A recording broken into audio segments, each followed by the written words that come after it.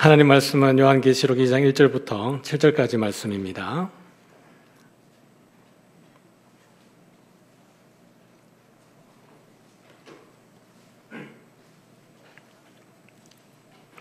제가 1절을 읽겠습니다. 에베소 교회 사자에게 편지하라. 오른손에 있는 7별을 붙잡고 7 금솥대 사이를 거니시는 이가 이르시되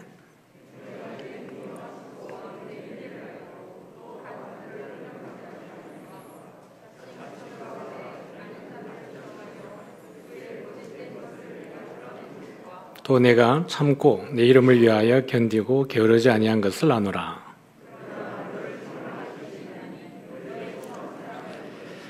그러므로 어디서 떨어졌는지를 생각하고 회개하여 처음 행위를 가지라. 만일 그리하지 아니하고 회개하지 아니하면 내가 내게 가서 내 촛대를 그 자리에서 옮기리라.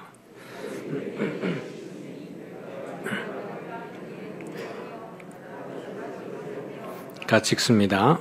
귀 있는 자는 성령이 교회들에게 하시는 말씀을 들을지어다. 이기는 그에게는 내가 하나님의 낙원에 있는 생명나무의 열매를 주어 먹게 하리라. 아멘.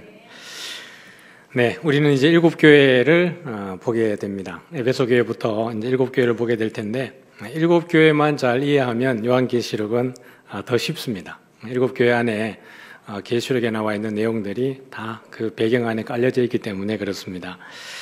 1절 말씀 보면 에베소 교회의 사자에게 편지한다 이렇게 되어 있죠. 에베소 교회에 대한 정보는 많습니다.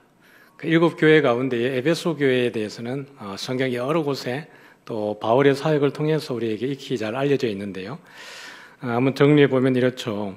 바울의 2차 전도 여행과 3차 전도 여행에서 사역했던 곳입니다.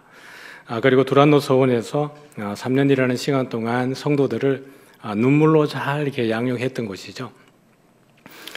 에베소 지역은 세계 7대 불가사의라고 하는 아데미 신전이 있는 곳입니다. 아데미 신전을 통해서 지역에 있는 많은 사람들이 경제적인 유익을 얻었던 거죠. 그래서 여기 나오는 데메드리오라고 하는 사람이 있었는데 바울이 사역하는 동안에 기적이 많이 일어났습니다. 병든 자들이 낫고 또 아픈 자들이 회복하고 귀신들이 떠나가고 그렇게 하니까 많은 사람들이 이제 예수를 믿게 되어지는 거고요. 바울이 또 전도하면서 하는 이야기가 사람의 손으로 만든 것은 신이 아니다. 이렇게 이야기를 하는 거죠. 데메드리오라고 하는 사람의 직업은 아데미 신상을 만들어서 조금 모형을 만들어서 판매하는 사람입니다. 우리 이제 관광지 가면 이렇게 조형물 만들어서 작게 만들어서 파는 사람들 있지 않습니까? 이것으로 풍요하게 살았는데 바울이 뭐라 그런 거예요? 사람의 손으로 만든 것은 신이 아니라 그러니까. 이것을 예수님을 믿고 또 많은 사람들이 예수 믿게 되면서 이 데메드리오와 같은 업종을 가진 사람들이 생계에 위협을 얻게 되어지는 거죠. 그러니까 많은 사람들을 데리고 이제 소동을 일으키게 된 겁니다. 그래서 이 사람이 우리 경제적으로 치명적인 손상을 입게 할 뿐만 아니라 아데미 신에게도 크게 해를 입히는 존재다. 이렇게 되는 거죠. 거기에서 주신이 이제 아데미니까요. 그러니까 많은 사람들이 소동이 일어나서 바울 일행들을 데리고 연극장으로 데려가서 고난 낭패를 일으킨 겁니다. 고린도 후서에서는 고린도 후서 1장에 이렇게 이야기합니다. 바울이 내가 아시아에서 심한 환난을 당했는데 거기에서 살 소망이 끊어지고 사형 선고를 받은 줄 알았다. 이렇게 얘기합니다. 그만큼 에베소에서 당한 고난이 심각했음을 우리에게 보여주고 있는 거죠. 그런가 하면 에베소 지역에는 여러 명의 신앙의 거장들이 지나간 곳입니다. 누구냐면 바울이 3년이라는 시간 동안 거기서 양육을 한 거거든요. 1, 2, 3차 전도 여행을 하면서 바울이 그렇게 오랫동안 머물렀던 곳은 없습니다. 근데 에베소 지역이 어떻게 보면 유일하게 아주 오랫동안 머물렀던 곳이죠. 그리고 바울이 그곳에다가 믿음의 아들 디모데를 두어서 에베소 교회를 목양하게 했습니다. 그리고 예루살렘이 멸망할 즈음에 요한이 에베소로 피신을 가서 예수님의 어머니 마리아를 데리고 가서 거기에서 거하면서 소아시아 지역의 목양을 담당했던 것이죠. 에베소 지역은 여러 믿음의 거장들이 지나갔고 특별히 바울이 거기에서 눈물을 흘리면서 제자를 양성했던 곳이 에베소 지역이었던 겁니다. 그 교회에 지금 요한이 편지를 쓰고 있는 겁니다. 그 요한은 지금 자기의 목양지이거든요. 그리고 에베소는 소아시아로 들어가는 주요 제일 큰 항구 도시입니다. 그런 여러 가지 배경이 성경에 등장을 하고 있는 것이죠. 그래서 이제 7교회를 출발하면서 우리가 7교회에 보내는 편지의 양식의 주요한 내용을 보면 이런 식으로 배치가 되어져 있습니다. 예수님이 칭찬하고 자기소개를 먼저 하세요. 그리고 칭찬하고 또 책망도 하고 격려하고 그 다음에 약속을 남기는데 7교회에 주는 메시지 가운데 가장 중요한 것은 여러분 이 약속입니다. 7교회 중에는 어떤 교회 가운데는 칭찬을 전혀 못 받는 교회도 있어요. 교회인데 예수님한테 야단만 실컷 맞는 교회가 있습니다. 그럼에도 불구하고 이 교회의 편지를 쓰는 목적은 이기는 그에게는, 이기는 그들에게는 이라고 이야기하면서 이겨낼 것을, 인내할 것을 당부하고 응원하고 격려하는 것이 7교회에 보내는 편지의 형식에 들어가 있습니다. 그럼 에베소 지역에서 바울은 어떤 메시지를, 어떻게 복음을 전개했을까 한번 보면 기본적으로 소아시아 지역에, 에베소 지역이니까 로마에 어떻게 보면 충성하기 위해서 누구보다 앞장섰던 곳이 또 에베소 지역이기도 합니다. 그리고 헬라의 그리스의 12신, 로마의 12신을 섬기는 다신을 믿었던 그런 곳이기 때문에 영적으로도 아주 치열한 곳이 에베소 지역이었죠. 그래서 바울은 그곳에 가서 지속적으로 했던 것이 빈부귀천할 것 없이 인종, 종교할 것 없이 만나는 사람들, 가난한 사람이든지 부한 사람이든지 지식이 있는 사람이든지 지식이 없는 사람이든지 그 사람들을 만나면 거리낌 없이 전도하고 가르치고 그다음에 예수 그리스도의 복음을 그들에게 증거하고 우리가 요절로 잘 알고 있는 20장 24절 보면 내가 달려갈 길과 주 예수께 받은 사명 곧 하나님의 은혜의 복음을 증언하는 일에는 어떻게 합니까? 나의 생명을 조금 더 귀한 것으로 여기지 않았다. 그러니까 바울이 했던 것은 증인의 사역이었습니다. 에베소 교회 편지를 하면서 이런 편지를 하는 거죠. 마지막에 기도 요청을 하면서요. 우리 이제 중보기도라는 말을 우리 교단에서는 쓰지 않습니다. 근데 이제 과거적 표현을 해보면 중보기도 요청을 할 때 나를 위해서 기도를 좀 해주십시오라고 할 때 바울이 뭐라고 하냐 그러면 지금 로마 감옥에 갇혀 있는 거거든요.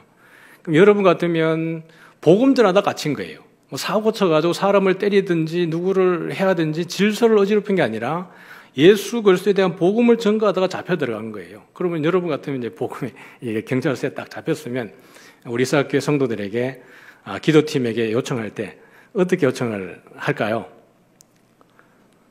이거 빨리 풀어질 수 있도록 빨리 나갈 수 있도록 여러분 기도 좀 해주십시오. 내가 나가가지고 전도해야 되는데 아무것도 안 했는데 예수 믿다가 지금 잡혀 들어갔습니다. 빨리 나갈 수 있도록 여러분들이 기도해 주면 좋겠습니다. 라고 요청을 할 거 아니에요? 근데 그게 뭐 잘못된 겁니까? 아니죠. 그렇게 할 수 있죠. 또 그렇게 하면 또 풀어지니까요. 그런데 바울의 관심은 거기에 있지 않고 바울이 어떻게 말하고 있습니까? 나를 위하여 구할 것은 내게 말씀을 주사 나로 입을 열어 복음의 비밀을 담대히 알리게 하옵소서 할 것이니라. 그러니까 바울로 하여금 갇혀있는 바울로 하여금 입을 열어서 뭘 하라는 거예요? 그리스도의 복음, 복음의 비밀을 담대하게 말할 수 있도록 하고 이 말을 전했을 때 그게 간수장이든 같은 죄수든 간에 상관없이 그들이 예수님을 믿을 수 있도록 여러분이 좀 기도해 주십시오라는 겁니다. 바울은 빌립보 감옥에 갇혔을 때 바울과 실라가 찬송할 때에 옥문이 열어지는 놀라운 기적이 일어났습니다. 그럴 때에 그들은 도망갈 수 있었지만 바울은 도망가지 않습니다.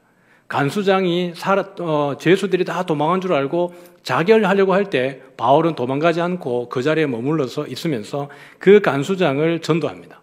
그 과정이 빌립보의 초대 교회의 시작입니다. 루디아와 함께요. 그러니까 바울의 관심은 풀어지고 여기서 나가는 것보다 더 우선적으로 내가 함께 살을 맞대고 있고 한 공간에 호흡하는 이들에게 복음을 전하는 것이 먼저였습니다. 빌립보서에서도 바울은 그 빌립보 교회 성도들에게 편지를 하면서 그렇게 얘기합니다. 내가 지금 갇혀있는 것이 나에게 전혀 해가 되지 않고 오히려 이것이 복음 전도의 유익이다 이렇게 얘기합니다. 많은 형제들이 내가 갇혀있는 것을 바라보고 용기를 얻어서 더 담대하게 그리스도를 전가하게 되었다라고 표현을 해요.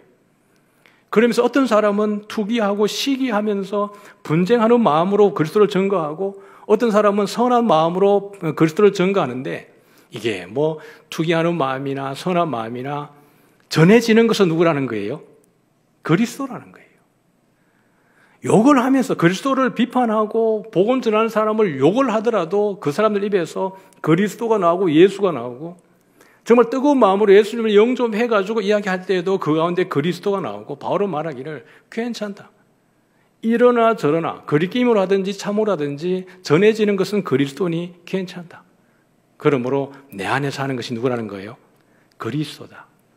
내가 죽는 것도 유익한데 내 안에 사는 이는 그리스도라고 이야기를 하고 있습니다. 그러므로 바울이 에베소에 있든지 어디에 가든지 그가 하는 것은 뭐죠? 증인의 사역이었습니다. 바울은 그의 마지막 편지, 유언 같은 편지를 쓴 것이 디모데후서입니다. 그러면서 그는 디모데후서 2장 9절과 4장 17절에 이렇게 기록을 남겼는데요. 같이 한번 읽어볼까요? 시작.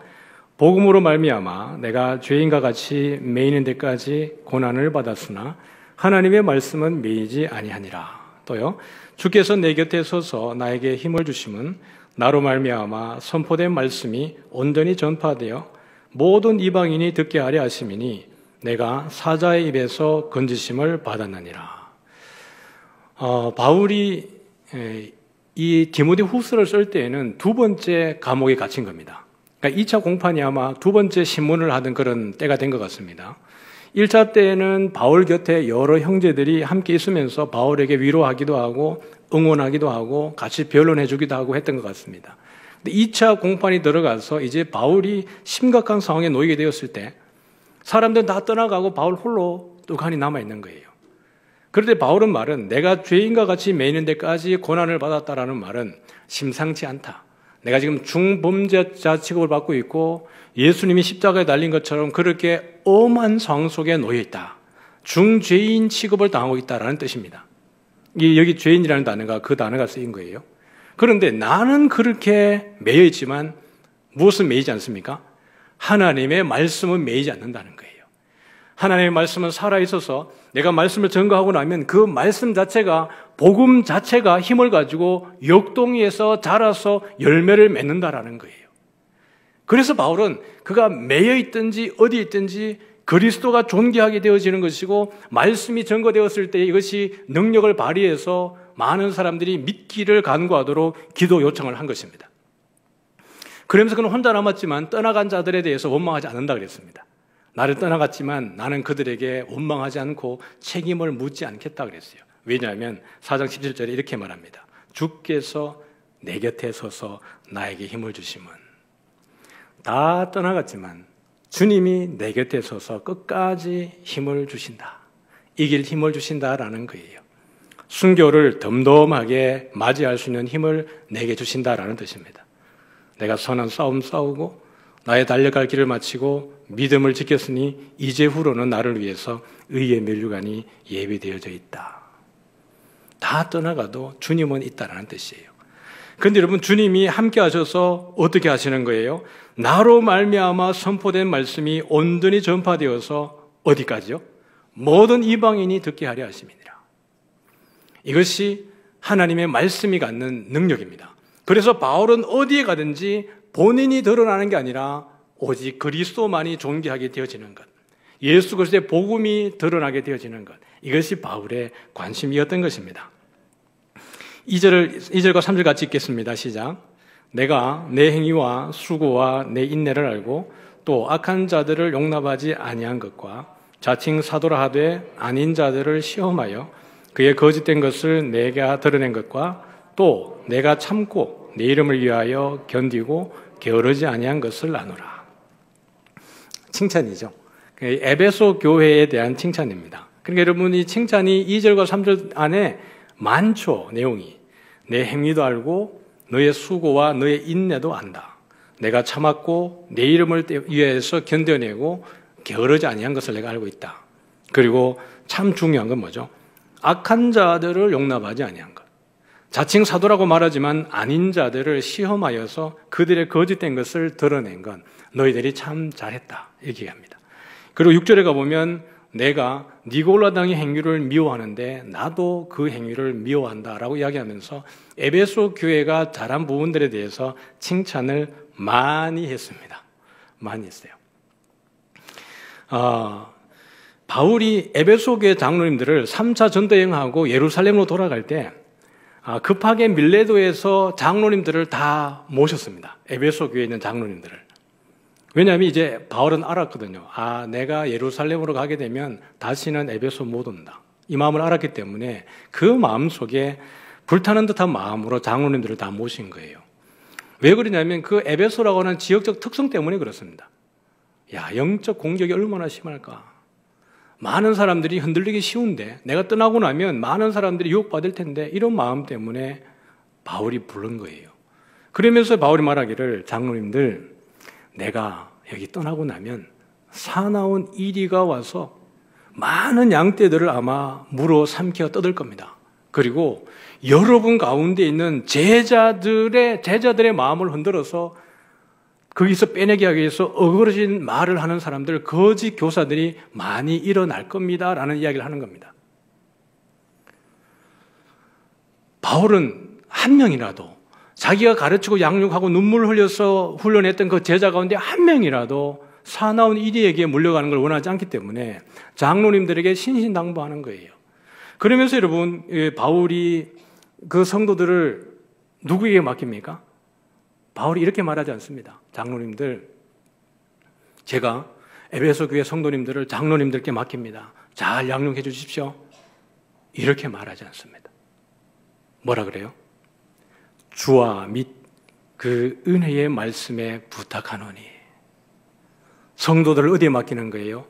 주님에게 맡기는 겁니다. 그리고 주의 말씀에게 부탁하는 거예요. 여러분, 사람은 약합니다.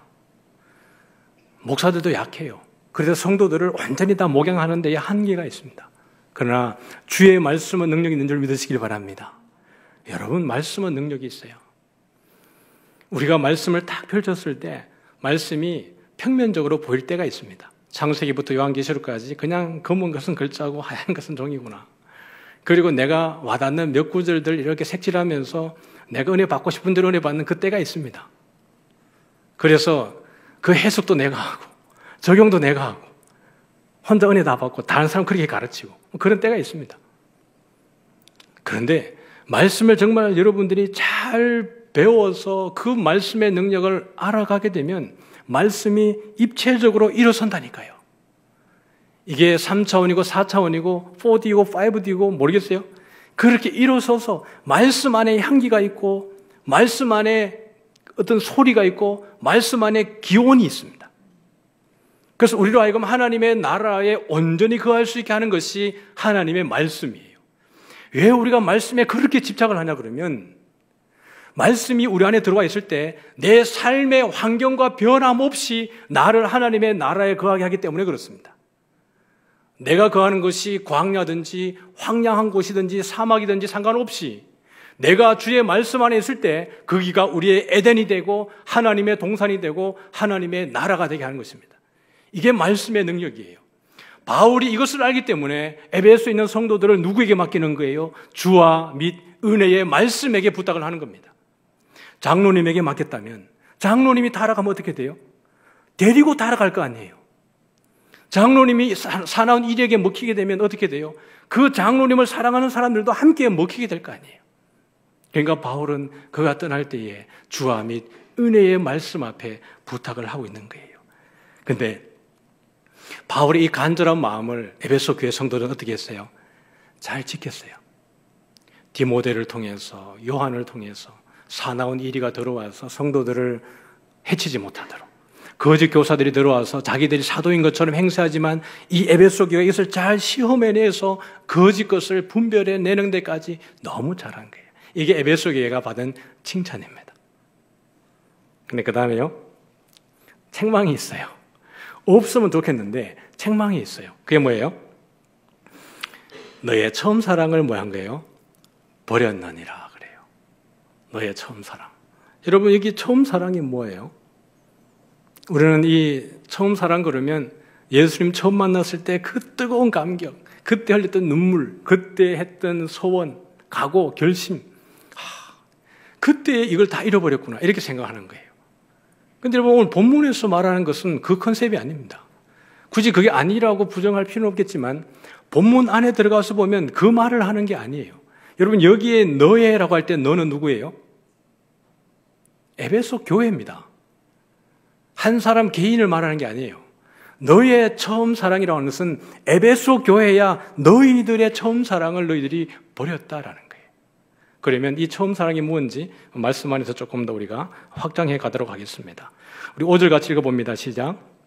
그러므로 어디서 떨어졌는지를 생각하고 회개하여 처음 행위를 가지라. 만일 그리하지 아니하면 회개하지 아니하면 내가 내게 가서 내 촛대를 그 자리에서 옮기리라. 뭐라고 하시는 거예요? 처음 행위를 가지라 그렇게 하세요. 어디서 떨어졌는지를 생각하고 회개하라.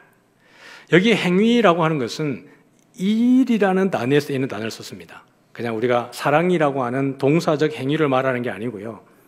일, 어떤 사역, 노동 이 얘기를 할 때 쓰는 단어를 여기 쓴 거예요. 처음 일, 처음 사역을 내가 가져야 된다 이거예요. 그럼 적어도 이 사랑이라고 하는 것이 우리가 말하는 그 컨셉은 아니겠구나라는 것을 알 수가 있는 거예요. 그런데 만약에 회개하지 아니하면 어디에서 떨어졌는지를 생각하고 회개하지 아니하면 예수님 뭐 하시는 거예요? 내가 너에게 가서 너의 뭘요? 촛대를 옮긴다는 거예요. 7 촛대는 뭐라 그랬어요? 7 교회다. 여러분 상당한 지금 수준에 와 있는 겁니다. 7 촛대는 7 교회다. 그러면 촛대는 뭐예요? 교회예요. 교회 역할이 뭔가? 지금 제가 앞에서 말씀드렸던 바울이 에베소 교회에 가서 했던 그 일들, 그리고 바울이 했던 그 복음 전도의 열매들 다 무엇이에요? 전도입니다. 증인입니다. 예수님이 성천하시기 전에 제자들에게 남기신 메시지가 뭐예요? 너희는 예루살렘을 떠나지 말고 약속하신 것이 올 때까지 기다리라 그랬습니다. 그 약속하신 것이 뭐예요? 성령님의 오심입니다. 그러면서 예수님이 성령이 너희에게 임하시면 너희가 뭘 받고? 권능을 받고 예루살렘과 온 유대와 사마리아와 땅끝까지 이르러서 뭐예요? 내 증인이 되리라. 사도행전은 증인의 스토리입니다. 요한계시록에서 여러분 예수님을 소개할 때 제일 처음에 어떻게 소개를 하고 계세요? 신실한 증인이요 죽었다가 살아나신 이인 예수 그리스도를 소개합니다. 예수님의 아이덴티티의 첫 번째가 요한계시록에서는 증인입니다. 어떤 증인이에요? 신실한 증인이에요. 계시록에서 순교당한 사람들이 왜 죽었습니까? 하나님의 말씀과 예수 그리스도에 대해서 증언하다가 죽은 거예요. 증인들이 죽습니다. 그러므로 여러분 촛대, 교회의 가장 중요한 역할은 뭐예요? 증인입니다. 그래서 선지자이고 증인이에요. 교회는 여러분 선지자입니다. 선지자는 어떤 사람이죠?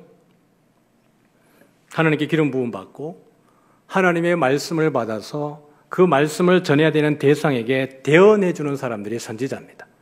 그래서 하나님의 메시지는 이것입니다. 회개할 거 회개하고 돌이킬 거 돌이키고 또 그들이 해야 될 것 하게 하고 이것이 선지자의 역할인 거거든요. 교회가 바로 선지자입니다. 하나님에게 그 말씀을 받고 은혜 받은 우리가 하나님의 메시지를 모르는 세상에 나아가서 하나님의 말씀을 대언하는 역할이 누구의 역할이에요? 교회의 역할입니다. 즉 증인의 역할이에요. 그래서 우리는 계시록 우리가 11장에도 잠시 후에 보겠지만은 두 선지자 증인이 등장을 하는 거거든요. 예수님께서 등불 비유를 하시면서 이렇게 말씀하셨습니다. 시작. 또 그들에게 이르시되 사람이 등불을 가져오는 것은 말 아래나 평상 아래에 두려 함이냐 등경 위에 두려 함이 아니냐. 뒤에 누가복음 8장은 마가복음 4장과 병행 구절입니다. 병행 구절인데 누가복음 8장 말미에 추가된 부분 다른 부분이 뭐냐 그러면 등경 위에 두는 것은 등불을 가져오는 것은 사람들로 하여금 그 빛을 보게 하게 하기 위해서 등불을 등경 위에 둔다라고 말을 하는 것입니다. 등불은 비추기 위해서 있는 거예요. 마태복음에도 보면 산상수훈에 이렇게 말씀을 하십니다. 같이 읽어볼까요? 시작. 너희는 세상의 빛이라. 산 위에 있는 동네가 숨겨지지 못할 것이니 사람이 등불을 켜서 말 아래에 두지 아니하고 등경 위에 두나니 이러므로 집 안 모든 사람에게 비치느니라. 이같이 너희 빛이 사람 앞에 비치게 하여 그들로 너희 착한 행실을 보고 하늘에 계신 너희 아버지께 영광을 돌리게 하라. 너희는 세상에 뭐라는 거예요? 빛이라는 거예요. 너희는 세상에 빛이 되라고 말하지 않았습니다. 너희는 세상의 빛이다라고 이야기를 했습니다. doing이 아니라 being입니다. 우리의 의지로 뭘 해서 우리가 빛이 아닌데 잘하면 윤리적으로 도덕적으로 착한 일, 선한 일, 남들을 돕는 일을 많이 하면서 나는 교회 다닙니다라는 걸 드러내는 게 아니라 그것과 전혀 상관없이 우리는 예수 믿음으로 인해서 세상의 빛이라는 존재로 된 겁니다. 할렐루야. 여러분의 직장에서, 사업장에서, 삶의 환경에서 주변에 있는 많은 사람들이 여러분이 아무것 안 해도 여러분이 그렇다는 걸 알아요. 맞죠? 너 교회 다니잖아. 뭐 이렇게 얘기를 하는 거예요. 아무것 하지 않았는데. 사람들은 압니다. 그 자체가 여러분 빛이라는 거예요. 내가 뭔가를 드러내기 위해서 하지 않았음에도 불구하고 사람들은 우리가 크리스찬이라는 걸 알게 된다라는 이야기입니다. 그게 빛이에요. 그들이 우리가 크리스찬인 걸 알기 때문에 우리는 어떻게 할 수밖에 없어요? 착한 행실을 할 수밖에 없어요. 왜요? 그리스도를 닮아가기 때문에 그렇습니다. 그리스도의 사람이기 때문에 그렇습니다. 그리스도의 교훈을 받은 사람들이기 때문에 그렇습니다. 내가 뭘 하기 때문에 크리스찬이 되는 게 아니고요. 크리스찬이기 때문에 우리 안에서 저절로 나에게 되어지는 일들이 있는 겁니다. 그런데 많은 사람들이 우리의 그것을 보고 누구에게 영광을 돌리는 거예요? 하나님 아버지에게 영광을 돌리는 겁니다. 그래서 우리는 계시록 11장에 두 증인에 대한 이야기를 봅니다. 여러분 11장 자주 보는 것 같죠? 두 감람나무, 두 촛대. 그래서 여러분 계시록이 이제 안 어렵다는 걸 알게 되는 거예요. 아, 계시록은 어려운 책이 아니구나. 개념을 잘 잡고 나면 너무나 선명하고 확실하고 강조되고 있다는 걸 여러분이 보게 됩니다. 두 선지자가 어떤 사람이에요? 증인입니다. 두 증인이에요. 이것은 스가랴에서 보여줬던 두 감람나무였고요. 계시록에서 말하고 있는 촛대입니다. 촛대는 뭐라고요? 교회라고요. 교회는 어떤 기능을 가지고 있습니까? 선지자적인 기능을 가지고 있습니다. 선지자는 뭘 하고 있죠? 하나님의 말씀을 증거하는 자들입니다. 그러니까 계시록 11장에 나와 있는 두 선지자, 두 증인이 어떻게 되고 있어요? 7절에 보니까 그들이 그 증언을 마칠 때에 무저갱으로부터 올라오는 짐승이 그들과 더불어 전쟁을 일으켜 그들을 이기고 그들을 죽일 터인즉. 세상에 무저갱에서 올라오는 이 짐승이라고 하는 악한 세력들은 하나님의 교회가 무너지기를 기대하고 있습니다. 그러다가 이 두 증인이 선지자가 죽게 되었을 때에 그들이 얼마나 즐거워합니까? 장사 지내지도 않고 서로 예물을 주고받으면서까지 즐거워하는 거예요. 교회가 무너지는 것을 어둠의 주관자들은 즐거워합니다. 여러분이 코로나 시기에 만약에 공영방송에서 정규 뉴스 시간에 방송할 때에 이 코로나 시기에 모 지역에 있는 대형 교회가 교회 분란으로 인해서 문을 닫았습니다 라는 뉴스가 나간다고 생각을 해봅시다. 코로나 때문에 성도들이 모이지 않아서 개척교회들이 문을 닫기 시작했습니다 라는 뉴스가 매 시간마다 나간다고 생각을 여러분 해봅시다. 믿지 않는 이들, 예수 믿는 사람을 조롱하는 이들의 마음이 어떠하겠습니까? 할렐루야를 그들이 외치지 않겠습니까? 교회가 사라지는 것을 그들이 그렇게 기뻐하지 않겠습니까? 그러니 계시록 11장의 말씀은 지금 우리의 상황과 전혀 다르지가 않습니다. 세상은 교회가 약해지길 바라고 교회가 없어지기를 바라고 무너지기를 바라고 교회 안에 분란이 일어나서 시끄러워지기를 바라는 거예요. 그들의 가십거리를 삼기를 원하고 즐거워하는 것을 좋아합니다. 그러나 교회의 주인은 누구이십니까? 주님입니다. 할렐루야. 교회의 머리는 그리스도입니다. 그래서 교회는 우선적 그 기능이 뭐예요? 증인의 기능입니다. 선지자의 기능이에요. 그런데 에베소 교회가 뭘 하고 있는 거예요? 이 사랑을 놓친 거예요. 그 처음 사랑이라고 하는 것은 우리가 그리스도를 사랑하기 때문에 그리스도를 증거하는 이 사랑을 놓쳐버리고 버린 거예요. 여러분, 에베소 교회는 예수님의 사랑을 놓친 교회가 아닙니다. 이단으로부터 여러분 지켜내기 위해서 서로 인내하고 참고 수고하고 잘못된 교리에서부터 이겨내기 위해서 서로 똘똘 뭉쳐서 연합하는 교회가 에베소 교회였습니다. 그런데 이 에너지가, 이 빛이 어떻게 하고 있는 거예요? 안에만 머물러 있는 거예요. 예를 들면 이런 거죠. 우리 안에 이 밝은 빛을 가득히 가지고 있어요. 예수 믿으니 너무 좋고 우리 공동체, 우리 사랑방 진짜 최고고 너무 좋아. 말씀을 들을 때마다 은혜가 돼가지고 내 삶에 희열이 일어나고 죄가 다 사라지는 것 같아요. 너무 행복한데 흘려보내질 않는 거예요. 그리고는 이 빛이 나가지 않도록 암막을 탁 쳐서 교회 밖에서는 빛이 하나도 안 보이도록 하는 거예요. 지금 이게 에베소 교회의 현실입니다. 예수님은 그걸 책망하고 있는 거예요. 여러분 이해할 수 있는 것이 에베소라고 하는 지역의 그 사나움과 무서움을 생각하면 그럴 수 있겠다 생각이 들어요. 그런데 예수님은 그것을 책망하십니다. 그렇게 하시면서 어떻게 해요? 내 촛대를 그 자리에서 옮기리라. 뭐 하지 않으면요? 회개하지 아니하면.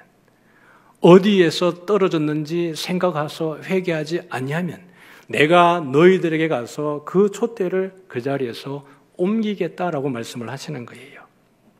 왜냐하면 1절에 예수님이 자기를 소개할 때 이렇게 소개하셨거든요. 나는 오른손에 있는 7별을 붙잡고 7금 촛대 사이를 거니시느니라. 7금 촛대는 뭐예요? 7 촛대는 뭐죠? 교회예요. 그러면 이 인자 같은 이는 교회를 거니시는 이십니다. 그러니까 뭡니까? 항상 교회 안에 머물러 계시고 성도들의 삶을 돌아보시고 지키시고 보호하시고 함께하시고 임마누엘 하시는 분이 우리 예수님이라는 거예요. 그럼에도 불구하고 우리가 교회에게 주어진 그 사명을 감당하지 못하게 되었을 때 예수님이 뭐라고 하는 거예요? 이것을 옮기겠다라는 거예요. 그건 무슨 말씀일까요? 교회를 옮기겠다? 그것은 너희들이 그 사명을 감당하지 않는다 그러면 그 기능은 너희들에게 없는 거야. 그냥 그 기능을 뺏어갈 거야. 있는 자에게는 내가 더 주겠지만 없는 자에게는 그걸 빼앗아가지고 있는 자에게 줄 거야 라는 겁니다. 교회가 그 사명을 잘 감당하라는 이야기예요. 우리 이사학교회는 여러분 좋은 소문이 나 있는 교회입니다. 제가 부임하기 전부터 우리 이사학교회에 대해서 안 좋은 소리를 들어본 적이 없어요. 동료 목사님, 선배, 후배 목사님 다 이사학교회에 대해서 좋은 교회다라고 소개를 해줬습니다. 극동방송에 가봐도 극동방송에서도 이사학교회 그러면 너무나 좋은 교회로, CTS 가가지고도 그분들 만나보면 우리 이사학교회 참 좋은 교회라고 소문났습니다. 우리 코로나 확진되어서 교육자 확진 때문에 교회가 조금 많이 중간에 어려웠습니다. 그때에 구청에서 관공서에서 하는 이야기가 이사학교회 같으면 됩니다 그랬습니다. 모든 교회들이 이사학교회 같으면 너무 좋습니다라고 했어요. 너무 잘 협력하고 방역 수칙 잘 지키고 지역민을 잘 돕고 이미 우리 이사학교회가 참 지역민들에게 좋은 소문이 나 있는 행복한 교회입니다. 그러니까 어때요? 빛이 비치고 있는 교회가 우리 교회입니다. 그럼에도 불구하고 만족하면 안 되는 거예요. 우리의 불길이 더 커야 될 줄 믿습니다. 우리 교회가 해야 될 일이 더 많을 줄 압니다. 복음을 모르는 이들에게 복음을 전가하고 더 소외되고 약한 이들에게 다가가서 그들을 살려내고 교회가 마땅히 해야 되는 일들을 더 힘있게 할 수 있는 우리 교회 되기를 축복합니다. 에베소 교회는요 이런 교회입니다. 내적으로는 예수님에 대한 사랑과 신앙생활을 잘한 교회예요. 내적으로는 바울의 그 유언을 잘 이어받아서 교훈을 잘 이어받고 디모데와 요한을 통해서 너무나 잘 신앙생활을 잘하는 교회로 칭찬을 받고 있습니다. 2절과 3절에 여러분 그 개수를 한번 세어보면 알지 않습니까? 개수는 아주 중요한 의미를 담고 있습니다. 그만큼 잘하는 교회였는데 책망은 한 가지밖에 없었어요. 근데 한 가지가 뭐였어요? 하나님의 말씀 및 예수 그리스도에 대한 증거에 대해서는 소극적이었습니다. 전혀 안 하지는 않았겠죠. 아주 소극적으로 한 거예요. 사명을 잃어버린 교회는 어떤 교회일까요? 불 없는 등대 같고 심지 없는 양초 같은 그런 교회가 아닐까요? 등대의 목적은 불을 밝혀서 방황하는 배들로 하여금 그 방향을 찾아서 안전하게 정박하고 찾아올 수 있도록 하는 것이 등대의 역할인데 불이 없어요. 전력이 공급되지 않고 에너지가 없습니다. 그러면 그 등대는 그냥 구조물에 지나지 않는 겁니다. 사진 찍으러 갈 때 필요한 구조물이에요. 어떤 지리적 위치를 아는 데 필요한 구조물에 지나지 않을 겁니다. 등대의 목적은 그게 아닌 거니까요. 양초를 피웠는데 양초 안에 심지가 없습니다. 양초의 목적이 바닥 닦는 데 쓰는 겁니까? 우리 초등학교 때는 딱 바닥 청소할 때 양초를 문지르는 거예요.